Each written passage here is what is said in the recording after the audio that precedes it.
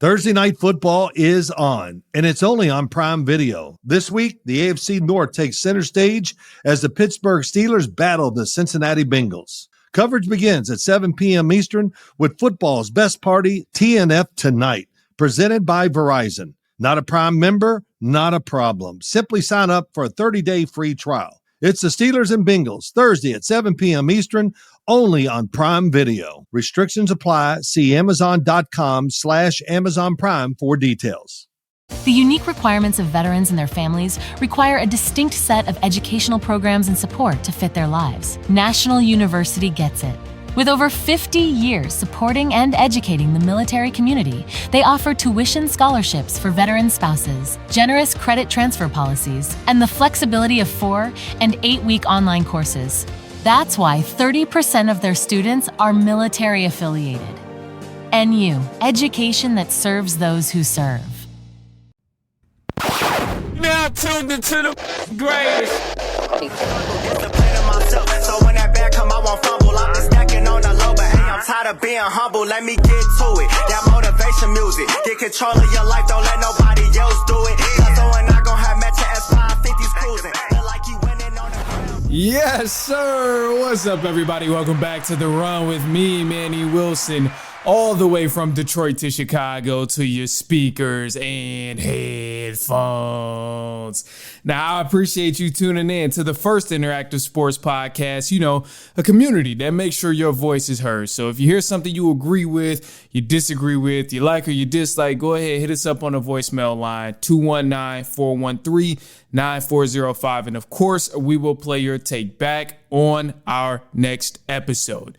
And then shout out to SeatGeek for sponsoring this episode. Get $20 off your first ticket purchase when you use the promo code The Run Podcast. Now, this code can only be applied for first-time users on the mobile app or website. So I don't know about you, but you better go catch some of these games, concerts, or something that's going on because I know tonight for Monday Night Football, man, we caught a banger, boy. I tell you, my Falcons, we beat the Bills. Thank God we beat the Bills.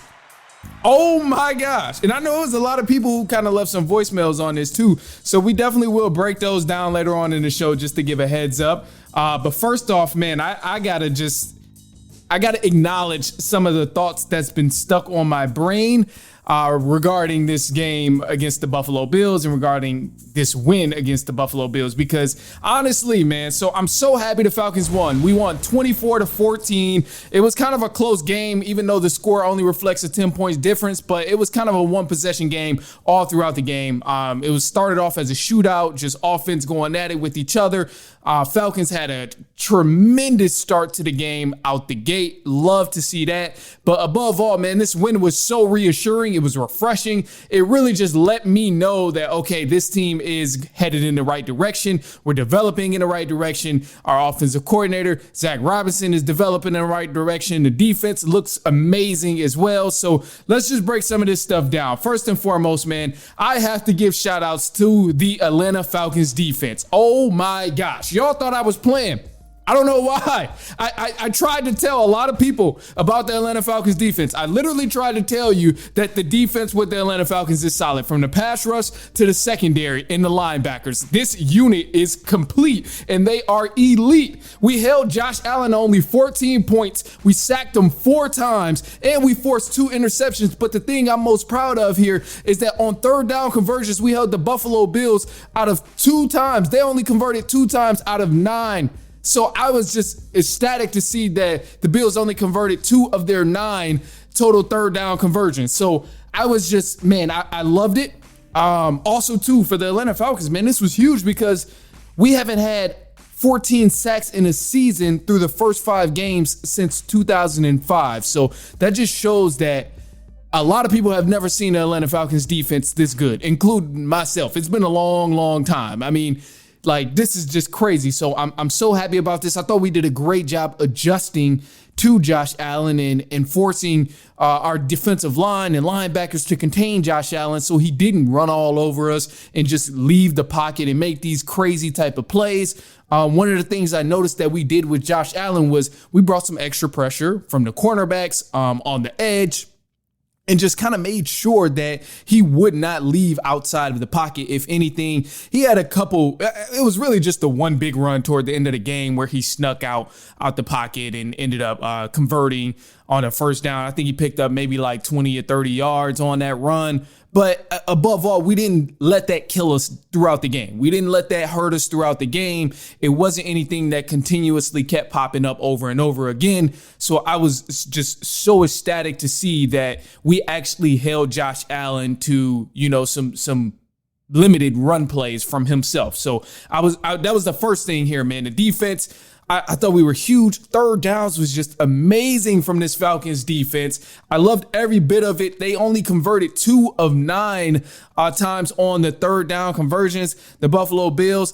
And I was also very impressed that the Falcons defense stopped the Bills on that 1 4th down conversion. We stopped them. They were 4th and 2, and they drove a pretty decent play, but we stopped them early on in the third quarter, and it was huge. It was a big stop. It was something we needed that helped keep the Atlanta Falcons with momentum. So it was amazing all around from the defense. We brought pressure. I thought AJ Terrell coming back was huge for the defense. He had Keon Coleman in prison. That man wasn't really doing anything tonight. So I just got to give a big applause to the Atlanta Falcons defense.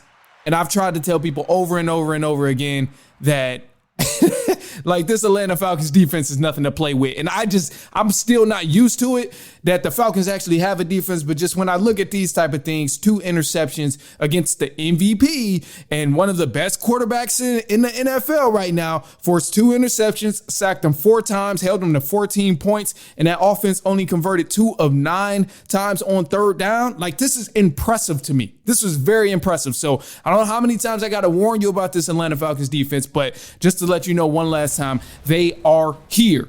So defense, man, amazing. Offense, here's where the tides is just turning. This is where the wheels were spinning. This is what helped us just gain so much momentum from the jump. I knew right away it would be some sort of shootout with Josh Allen just because of how talented he is and what he can bring to any team whenever he's playing there. So I thought it was amazing. But of course, as you know, it was the Bijan Robinson show today. Today was what can't Bijan Robinson do? And he proved to everybody that Bijan Robinson can do it all. So I was just so happy to see Bijan be involved in the offense in every aspect. But most importantly, I thought the play call was beautiful for Bijan Robinson, and he obviously thrived within the play calling and also the run designs. Like, it was spectacular, man.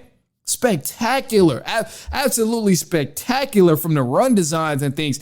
Early on in the season, a lot of people, including myself, really got on Zach Robinson, the offensive coordinator, because we didn't like the pistol formation, the play calling in a pistol. It was very redundant. It was, very stagnant, kind of the same exact thing each run play. But this time against the Bills, this was remarkable. I mean, the offense, it had so much fluidity in it. Like, it was remarkable in this offense. It was creative. It was diverse. Like, we seen us run. We seen a lot of motion plays. It was capitalized very elegantly. Like, I was impressed by this Atlanta Falcons offense, and I truly do believe the Falcons offense showed a glimpse of the potential that they have. With the Falcons offense right now, with missing Ray McCloud and missing our other wide receivers that we have here, I felt like we showed a true glimpse of what is to come with this offense. So when Darnell Mooney comes back and Ray McCloud comes back, I expect nothing less from this Atlanta Falcons offense but to thrive. I'm expecting these type of offensive explosions when we finally get Ray McCloud back and Darnell Mooney back. I need to see this same type of performance, whether it's with Drake London still getting his touches, Bijan Robinson getting his touches, or the wealth being spread it all over. Because in this game here, that was kind of the situation where we were just spreading the wealth all over. Like, some of the stats here, and I want to read them off. So Michael Penix Jr., he threw for a touchdown pass, which was remarkable. It went to Drake London, who caught the touchdown pass. Drake London at halftime had 147 passing yards. 147 passing yards at halftime. And he possibly almost had 2 touchdowns, but he stepped out of bounds on 1. So Drake London, monster day. Bijan Robinson rushed for 170 yards, had 19 carries, 1 touchdown. He had that big, huge 80-yard run, which was just tremendous to watch. And then also we got Tyler Algier involved in the offense early on as well. He had a touchdown run for about 25 yards, put his shoulder down on the Bills defender, dropped him. But ultimately, we really spread the wealth out in this offense, and it looked amazing. We seen Kyle Pitts even get involved a little bit. He had a couple of receptions. So these things is what I'm expecting from the Atlanta Falcons moving forward, especially since they took such a big jump from anything that we've seen early on in the season. This is what I expect from this offense, but I hadn't seen it yet. So it was mind blowing to see it finally come together and to see the fluidity of the offense really there, the diversity of the offense. I mean, everything just looked so routine, and it was immaculate on the offensive end. So I'm very proud to see this Atlanta Falcons offense finally reach a bit of their peak. But the crazy part is, I think we can get even more dangerous because we have guys who are injured, and also not even to mention we had a lineman that went down in this game, Jake Matthews. He was hurt for a minute. Actually, he went down at halftime pretty much. So when Jake Matthews does return, I think this could be even more, this could be even more firepower we're adding to the offense. Because, the guy who filled in for him, I think it was Mike Jarrell. Mike Jarrell did pretty good. So he stepped in for Darnell Mooney, or not Darnell Mooney, I'm sorry. Mike Jarrell stepped in for Jake Matthews after Jake Matthews went down. I believe it was an ankle injury, so hopefully it's not too long. But I was honestly impressed. He didn't really do anything where he was just out there getting embarrassed or getting manhandled or nothing like that. He pretty much held his own. So you got to give the offensive line credit, and specifically, I want to give a lot of credit to Mike Jarrell, because without him stepping up at right or left tackle, we wouldn't have seen this Atlanta Falcons offense explode like they did toward the end of the game, or at least just move the ball like they did toward the end of the game.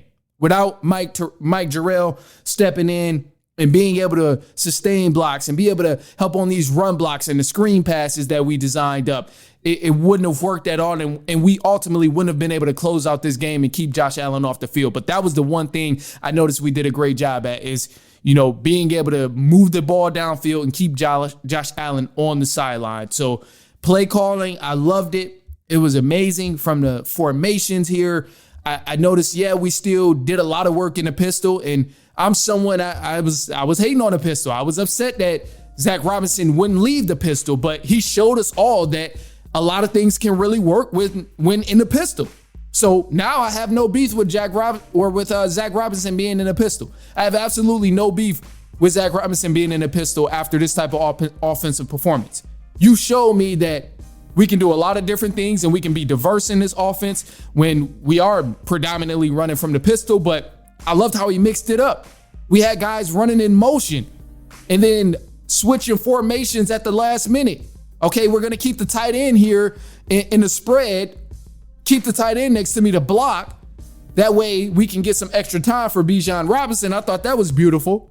We put our Bijan Robinson in a slot receiver. We're moving him all around, put him back in the backfield in a pistol formation, run out of that formation, have guys in motion, faking it, play action. It was lovely. It was absolutely lovely what I seen from this Atlanta Falcons offense. And I'm just, I'm astonished. I have nothing bad to say about it at all. So the second half was a little bit rough. I'll say that, but I'm not at all complaining. I'm not showing tough love. None of that. Second half was a little rough. We didn't score any touchdowns. We had 2 field goal attempts. One of them was blocked, but ultimately, the field goal that we made sealed the game and kind of made it a 2-possession game, which was great there. So, you love to see those type of things, but above all, man, this was a remarkable performance from the Falcons offense, from the Falcons defense, from the Falcons as a unit, as a complete team.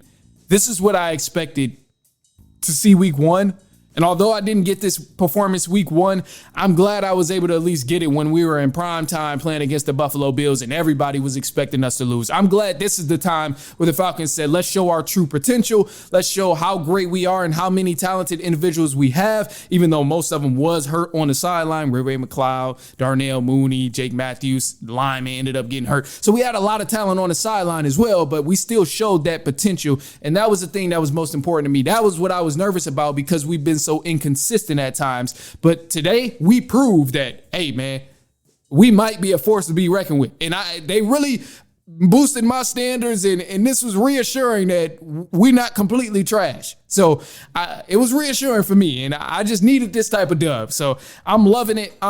Next week we go on to play the 49ers in prime time, which is about to be crazy. We play the 49ers in prime time. And I'm looking forward to that game. I'm not going to break it down too much right now because obviously we got the episode later on in the week and all of that. But oh my gosh, man, I'm excited for this matchup against the 49ers. Obviously, you know, they just lost to Baker Mayfield in the Tampa Bay Buccaneers. So now they're 4-2, but they've been rolling and they got a lot of momentum over there. I think they got an easy schedule, which is why they're winning games. But hey, you can't discredit any wins in the NFL. I also try to remember that myself, but sometimes I struggle. Either way, wow, incredible win for the Atlanta Falcons. They won 24-14, and I was just thoroughly impressed with this team. I was just very impressed. All right, look, so let's move on. I got some more stuff too because, man, Falcons, they ended up whooping tail on the Buffalo Bills. I was just so happy to see that, and I'm going to bed super happy, even though I got to get up super early. But we got some more stuff because we're going to cover the rest of the league. And then also, too, I want to break in the voicemails that we have, too. So before we jump into the news, I am going to jump into the voicemails that we have. So a couple of people, they ended up leaving some voicemails on what to expect and, you know, their thoughts on this Buffalo Bills game. So now we can review it and be happy with the outcome that we received. So I'm loving that. And then we got the message in the group chat as well, or in the chat on the live. What year is Matt Ryan playing, or what? You know, what is this? What are you talking about on here? Let me see. What year is it Matt Ryan playing, or what? Man, Matt Ryan ain't been around in a long time. And that's the last time I seen this offense thrive the way they did, is when Matt Ryan was there. It's been that long. So for anybody wondering like why I'm overreacting and why I'm tripping out about the Falcons offense being so good, just know, like, I ain't seen this Falcons offense look this good since Matt Ryan been there. It's been so long, bro. It's almost been 10 years since I've seen this Atlanta Falcons offense look somewhat decent, let alone an offensive explosion like they had with our key guys on the field. Like, come on, man. So if you wondering why I'm tweaking out and while others might be tweaking out, that's why, because I ain't seen this team look good in forever. So how can you blame me for tripping out and being happy and overdoing it with a do-rag that say Atlanta Falcons, wearing a jersey, wearing the hats, wearing the socks? Like, how can you blame me? This team been trash for so long, and finally we show a glimpse of what the future could be and what the rest of the season could be, honestly. So I'm just saying, man, like, that's a great point. Matt Ryan, I ain't seen this team good since Matt Ryan. I lived through Desmond Ridder as my quarterback. I lived through Desmond Ridder as my franchise quarterback with a great receiving option as Drake London and also Kyle Pitts there, and they didn't get to flourish. Come on, man. All right, look, we going to the next stuff. We going to the voicemail. We going to the voicemail line. So don't go anywhere. We'll be right back. It's halftime. We're going to also cover some news and stuff too after the voicemail line. So don't go anywhere. We'll be right back. It's halftime.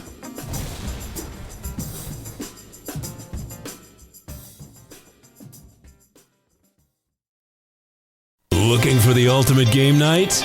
Chumba Casino brings all the fun and excitement of a night out straight to your screen whenever you want it. Play hundreds of thrilling games instantly. No downloads, no delays. Just launch from your browser and dive right in. From spinning slots and playing blackjack to instant scratch-tile cards or joining live social tables, there's always something new to explore. Signing up takes just seconds and you'll unlock a free welcome bonus plus daily login bonuses. videos to keep the fun going every time you play. Play for pure entertainment or for a chance to score some serious prizes anytime, anywhere. And here's the best part. No purchase required to join or play. So what are you waiting for? Make tonight one to remember. Head to ChumbaCasino.com and bring the fun home. Let's Chumba. Sponsored by VGW Group. No purchase necessary. See terms at ChumbaCasino.com. Must be over 21 and present in a state where it's legal to play. If you owe $10,000 or more in credit card debt, medical bills, or personal loans, help is here. More and more Americans turn to credit cards to get by. National Debt Relief is helping qualified clients reduce what they owe. For many, continuing to struggle making minimum monthly payments could take years to pay off. National Debt Relief has already helped over 550,000 Americans reduce their debt by negotiating directly with their creditors. When you call, you'll be amazed at how much you can save and how quickly you can become debt-free. If you want off the debt treadmill, visit nationaldebtrelief.com today. You don't need to declare bankruptcy, and you may qualify for significant debt relief. To find out what savings you may qualify for, simply visit nationaldebtrelief.com. That's nationaldebtrelief.com.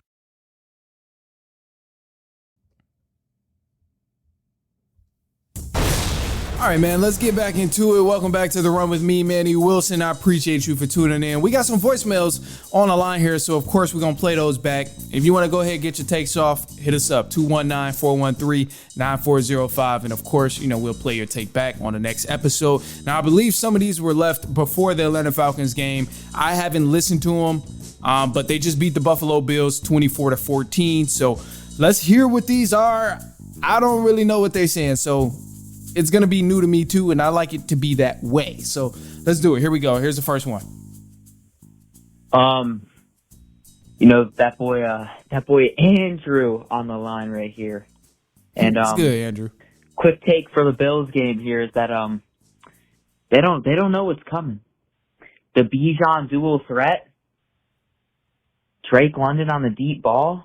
Yeah. Which I better see some this game. And then even though Mooney's out, I think Ray McLeod is slept on. I'm just saying, the Falcons have a way better chance than everyone's saying. I'm telling you, Bijan and Algiers dual threat is just going to eat them for lunch, bro. They're going to get tired. They're going to collapse. They're going to collapse. I got the Falcons by 7. Woo! Rise up. Rise up, baby. Rise up. You called it. You said Falcons by 7 and they won by 10. But you were absolutely right. The dual threat of Bijan and Algier literally pounded the Buffalo Bills on the ground. Bijan rushed for 170 himself. Algier had his own touchdown, and toward the end of the game, he just started pounding the rock, handing it to Algier, and he just was just handing it to the Buffalo Bills. You literally called it, Andrew. And I'm so happy I didn't listen to this beforehand, because I would have had some doubts, honestly. If I would have listened to this beforehand, I would have probably had some doubts. I would have got on here all level-headed, talking about, I hope we get Drake London involved too. I don't know. Lower your expectations. Honestly, that's what it would have been if I would have listened to this earlier before the game. But I'm so glad I waited, because everything you said between Drake London, Tyler Algier, Bijan Robinson, they all got involved and they played a great game. And most importantly, I think we need to give some credit to the offensive line, obviously the defense, because they had those takeaways. But most importantly, Michael Penix didn't even have a turnover in this game, which was lovely on his part for the offense. That was another aspect that was just beautiful from this Atlanta Falcons offense. So, Andrew, man, I 1000% agree with you. This was, I'm so happy that things turned out the way that you predicted. But I got to say, bro, you called it. You called it, Andrew. So shout out to you, man. Definitely appreciate you for leaving the take on here. I'm just so glad I didn't get to enjoy this win alone. I'm glad somebody else get to enjoy this win. So I hope you definitely better tune in. All right, we got another one here. I don't know what they're talking about. Maybe, I think it's obviously Bills related from what I can see. I see something about, Falcons on here, but, we'll see. All right, here we go. Here's the next voicemail. So we'll play it back and see what he's talking about. Let's do it. Hey, what's going on? It's your boy Alex. What's good? The Bills don't know what's coming to them, man. Falcons, underrated team, probably one of the more underrated teams in the NFL right now. We're just too good at the game. And Dijon's a threat. Everyone we have is a big threat. We need Drake London to go on those deep balls. I want to see more of that. And rise up. Let's do it, man. Rise up. We got the win. We got the win. You saw it. You saw exactly what you was asking for. You said you wanted to see some Drake London on the deep balls, and that's exactly what happened multiple times. He almost had 2 touchdowns. But man, most importantly, no, you're absolutely right. This offense has so much potential, and we have the guys on this offense to make something happen. It's just we just got to reach that potential. And so far, we haven't seen it until finally week 6 of the NFL. But like, we're good, and we are 1,000% slept on. I think Falcons is a team, because we've been bad for so long, honestly, and man, oh my gosh, that's a whole thing in itself. Because we've been bad for so long, I really do feel like people just underestimate the amount of talent we have on this roster, which is why these offensive explosions are so surprising to not only me as a Falcons fan, but also to a lot of other people around the NFL, because I already knew we had the potential of being able to score like this. It's just the fact that we haven't been able to get it to click. So now that we have it able to click, we showed out in prime time, the standard is way higher now. So I'm just hoping the Falcons don't pull a good old Falcons and, you know, fall below the expectations of what we have for them. So I don't want to get it up too high. But honestly, this is we have a new peak. We have a new peak,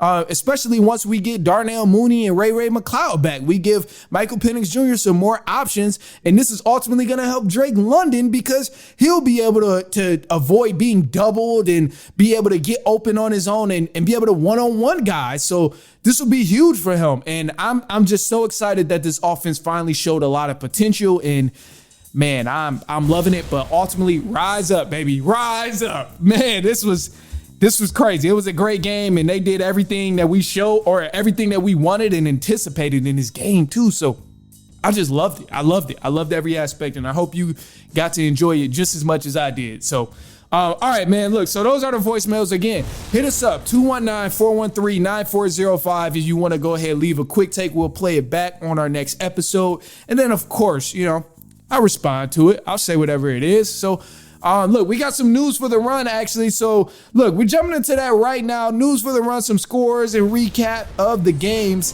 that happened in week 6 of the NFL. Man, so it was a crazy week.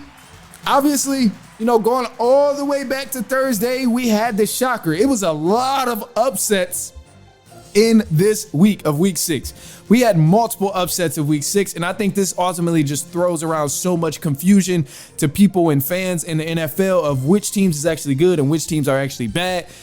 Some teams, it's weird right now. It's weird. These teams, every team that we thought was going to be a serious contender is like bottom of their division, which is insane. Look at the Bengals, the Ravens, the Eagles. Like it's insane. It's maddening. So I actually love it. I personally love how unknown it is of who's actually good and who's not, because it's like the title is just up for grabs. The championship is up for grabs. Super Bowl up for grabs. So anyway, going all the way back to Thursday Night Football, we saw the first upset of week 6. The Philadelphia Eagles lost to the New York Giants. Giants won that game 34-17. And the big show out in that game was Cam Scatterboo and, man, Jackson Dart. Those two showed that they're a lethal combination, and I mean, maybe even, down the line, they might be pursuing themselves to be a serious threat. So we'll see, but that was the talk of the town within that Giants and Eagles game. Then next, you had the Denver Broncos versus the New York Jets. The Broncos ended up beating the Jets by 2 points. They won 13-11, and the Jets now move to 0-6. The Jets are 0-6. They still haven't won a game. And correct me if I'm wrong, fact check this, but I'm pretty sure Aaron Glenn is the only new head coach that hasn't got a win in this season so far. He's 0-6. Justin Fields had -10 net yards in his game against the Denver Broncos. Ridiculous. The Jets got to get it together. And I want to feel bad for them, but they kind of shooed away Aaron Rodgers. They shooed away Aaron Rodgers when he still wanted to be there. And I know Aaron Rodgers, it came with a lot of different drama and stuff, but that maybe it wasn't the right move. Just maybe it wasn't the right move. And clearly, you can say what you want about Justin Fields, but something is not working in this New York Jets offense, and it's looking like a tragedy because they haven't won a game. The defense is holding teams to low scores, but the offense just can't put points on the board. So that's what's ultimately causing the Jets to lose week after week, and ultimately 6 games straight, unfortunately. So other than that, you had the Colts playing the Cardinals. Colts ended up winning this game 31-27, and Colts advanced to 5-1, and they're dominant, man. Colts are top in their division, top in the conference right now. So they've been balling. Chargers also, they played the Miami Dolphins. They won against the Miami Dolphins 29-27. The Chargers balled out and did their thing. They moved on to 4-2. They're also top in that division. Chiefs, I mean, hey, they got some competition now. So we'll talk about the Chiefs in a little bit too. But Patriots and the Saints.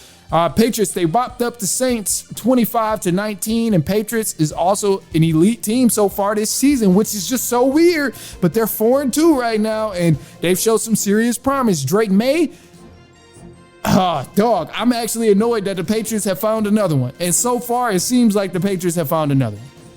It seems like the Patriots might be somewhat back. I'm going to just leave it at that. So you be the judge, but keep your eye out for the Patriots because they're 4-2 right now. Top seed in the different, or top seed in, I think they're first in the division, actually, or between them and the Buffalo Bills now. But definitely a top team in that division and also a top team in the conference. But Bills and the Patriots are tied in the division with the 4-2 record right now. So it's close. Obviously, it's still a lot of football left, but just keep your eye on them. Patriots might be back. You got the Browns and the Steelers. Now, the Steelers, they beat the Cleveland Browns 23-9. Cleveland Browns advanced to 1-5. Steelers advanced to 4-1. They've been looking pretty good with Aaron Rodgers. Also DK Metcalf and Jalen Ramsey. They've been looking pretty good over there. So you got to shout out to the Steelers. And on the Cleveland Browns behalf, I said Shedeur Sanders is going to start by week 7, and I stand on that. I still think Shedeur Sanders is going to start by week 7. So it'll be interesting to see what happens here, but I'm sticking with Shedeur Sanders by week 7. It's a lot of drama going on with Dylan Gabriel and Stefanski, the coach. It's in terms of just him being the right fit for the Cleveland Browns at this point. Dylan Gabriel wasn't awful, but he also wasn't really thriving in this game against the Steelers. But, you know, sometimes these division games get rough, and it's always hard to tell. So you never really know. The other game we had here was the Cowboys and the Panthers. And, man, the Panthers and Cowboys game was crazy. So running back who used to play for the Cowboys, Rico Dowdle, was with the Panthers now, and he had himself a tremendous game. He exploded over the Cowboys, and it was just crazy. So Rico Dowdle, he rushed for 163 yards, had 30 carries, so they were just feeding him, but the Cowboys couldn't stop it. And the Panthers ended up winning that game. So now you got the Panthers 3-3. They're at 500, and the Cowboys are 2-3-1 because they had the tie game. So crazy game there. Seahawks and the Jaguars. Seahawks ended up winning that game over the Jaguars. Sam Darnold showed out, did his thing. Rams versus the Ravens was no matchup at all. No Lamar Jackson for the Baltimore Ravens, so they're still looking bad, and they look very, very bad. Not just bad like, oh, maybe they'll be okay. They look bad like, how the hell was Lamar Jackson winning with this team bad? So shout out to the Ravens, but hopefully they pick it up. Hopefully, really, Lamar Jackson come back. But right now, they absolutely need Lamar Jackson back because they have a 1-5 record. So if they want to really think playoffs and stuff like that, boy, they're going to need Lamar Jackson back because I didn't know this team was that bad, but damn, they look awful. Other than that, another team who's looking awful, and they got some changes for the coaching staff, is the Tennessee Titans. Tennessee Titans, they just lost to the Las Vegas Raiders 20-10. Titans, they also just fired their head coach. And as of the latest talks, they don't have anyone in mind yet, but they're keeping their eyes out for someone who might be a good candidate. But Cam Ward has been up and down. Stretches of the game, he looks good. Stretches of the game, he doesn't look good. But also a rookie quarterback right now. So not really thriving or having a great season. But also I think there's a lot of issues that trickled down from that head coaching slot. So Titans will be looking for a new head coach pretty soon. You had the Bengals and the Packers. Packers ended up beating the Bengals. Bengals obviously still no Joe Burrow, but they did have Joe Flacco in at quarterback. And he gave the Bengals some pretty good chances to score the ball and win. They did put up 18 points, but it just wasn't enough because the Packers ended up scoring 27. Then the Tampa Bay Buccaneers, they had 30 to the 49ers, 19 points. Tampa Bay Buccaneers are balling, and Baker Mayfield is probably going to be the MVP. Calling it now. I'm saying it early, but I don't want another MVP outside of Baker Mayfield. I don't think it's Pat Mahomes. I don't think it's Josh Allen. Baker Mayfield has been on a tear, and I think if anybody deserves MVP this season, it is Baker Mayfield. The other runner-up after Baker Mayfield is probably Bijan Robinson. I think that's safe to say after this Week 6 performance, but ultimately, still, I wouldn't even put him close to what Baker Mayfield is doing. I think Baker Mayfield needs to be MVP. And it's no ifs, ands, or buts about it, especially if he continues to play the way he's been doing in the first 6 weeks of football. So Baker Mayfield, I'm locking that in. I already placed a bet for Baker Mayfield to win MVP. So at this point, I just got to let time do his part. And I've never been so confident in a bet in my life that Baker Mayfield is going to win MVP. And I called it early, too, after the first 3 wins that he had in the season, which was comeback wins. I'm like, immediately, no, he's winning MVP. So I placed that bet very early. I don't know what the odds are now, but I got a good discount on that. Other than that, look, man, the Detroit Lions versus the Kansas City Chiefs. Chiefs ended up winning that game 30-17. It was a lot of drama going on in that game, too, because the Chiefs got some favorable calls. The Buffalo Bills, as I mentioned, lost to the Atlanta Falcons 24-14. Shout out to the Falcons. Rise up. They moved to 3-2. Bills moved to 4-2. And then the Bears, Chicago Bears, they ended up beating the Washington Commanders by 1 point. It was a close game, came down to a field goal, but the Bears ended up winning 25-24. And that was it for Week 6. So next week, we got some great games coming up too. Vikings will be back. Texans will be back. Both of those teams had bye weeks, but man, epic week for Week 6. A lot of upsets. Just weird confusion. Don't know who's going to be top dog of the division. Don't know who's going to be what. And I like it this way because with everybody being competitive, with every team kind of being up and down, you just don't know who's really legit and who's not, which leaves the Super Bowl option up for grabs with anybody. And I love it.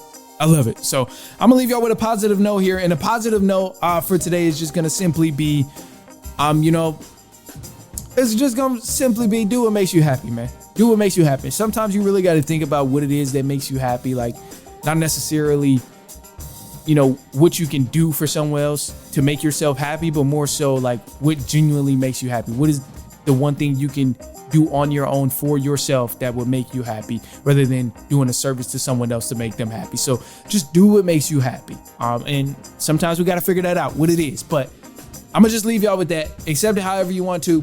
Other than that, that's all I got for you. So I appreciate you for kicking it with me, especially so damn late at night. I don't know who the hell I think I am. I don't know. This is just crazy. I don't know why I'm up right now. Actually, I do. It's my Falcons won. So I wasn't going to be able to go to sleep anyway. All right, look, that's all I got. So I appreciate y'all for kicking it. We will be back later on this week and so on and so on and so on.